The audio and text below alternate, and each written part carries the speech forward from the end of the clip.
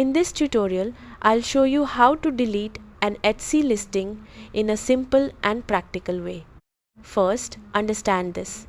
Deleting a listing permanently removes it from your shop and you won't be able to recover it later, so make sure you really want to remove it. Now, if you want to delete an Etsy listing, here's what to do. Start by logging into your account on Etsy and opening your shop manager. This is where you manage your store. Next, go to the listings section to see all your products. After that, find the listing you want to delete and select it by checking the box next to its name. Now, click the delete option at the top of the page.